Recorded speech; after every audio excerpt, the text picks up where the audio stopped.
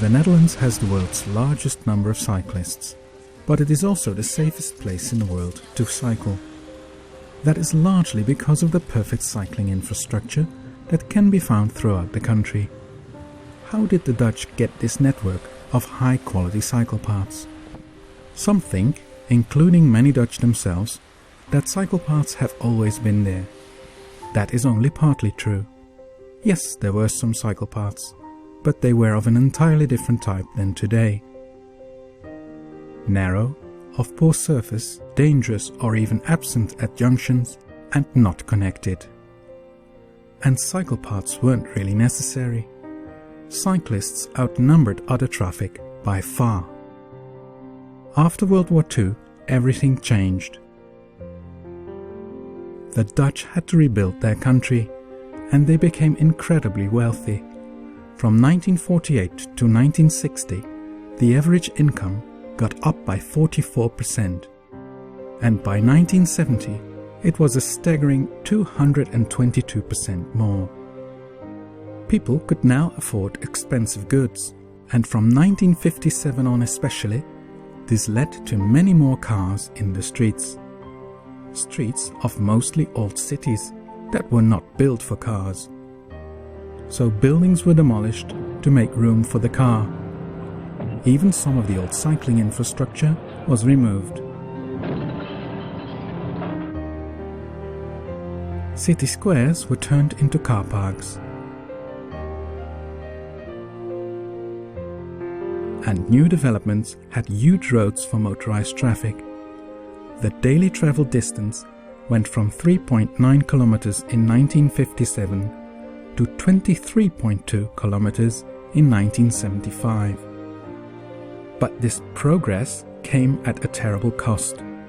Cycling was marginalized, it decreased by 6% every year, and 3,300 lives were lost in 1971 alone. Over 400 of these deaths were children under the age of 14. The slaughter of kids caught people on the streets to protest. Stop the Child Murder called for safer streets for children as pedestrians and cyclists. Their calls were heard. Especially when in 1973 the first oil crisis halted the country.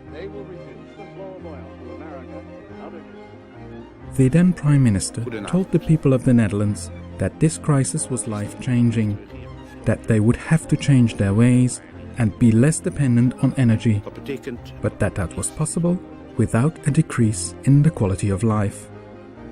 Policies to encourage cycling fitted perfectly in that picture. The car-free Sundays to save oil were a reminder to people of what the cities looked like without cars.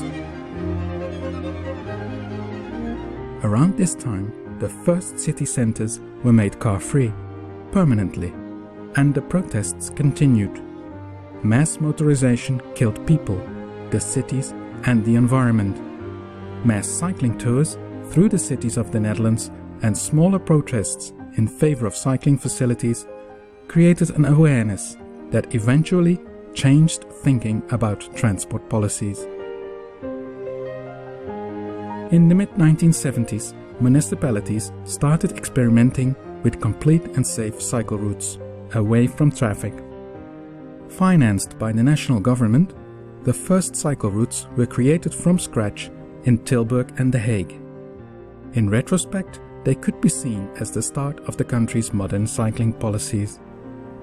Cycling increased in a spectacular way, in The Hague by 30 to 60% and in Tilburg by 75%. Build it and they will come proved true in the Netherlands. So to sum it up, what caused the changes in the Netherlands? There were the problems of cities that couldn't cope with the increasing traffic, that led to demolitions and to a public outrage over the amount of space handed over to motorized traffic. An intolerable number of traffic deaths that again led to mass public protests. An oil crisis and an economic crisis that led to gas shortages and high prices of energy. The solution was found in the political will on a national and municipal level, with both decision makers and planners to deal with this situation by turning away from car-centric policies and making way for alternative transport, like cycling. Cycling is now an integral part of transport policies.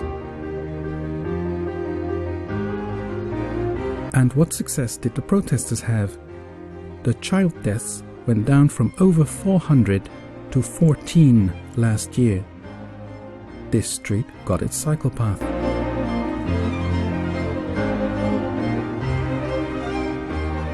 This bridge didn't keep its cycle lane. Instead, it got a cycle path. This painted cycle lane became a permanent cycle path, and cars were totally banned from here. It is the now famous site of the I Amsterdam sign. Earlier, also a site of one of the mass protests. The protesters would have been a lot more comfortable lying down there today. The Netherlands' problems were and are not unique. Their solutions shouldn't be that either.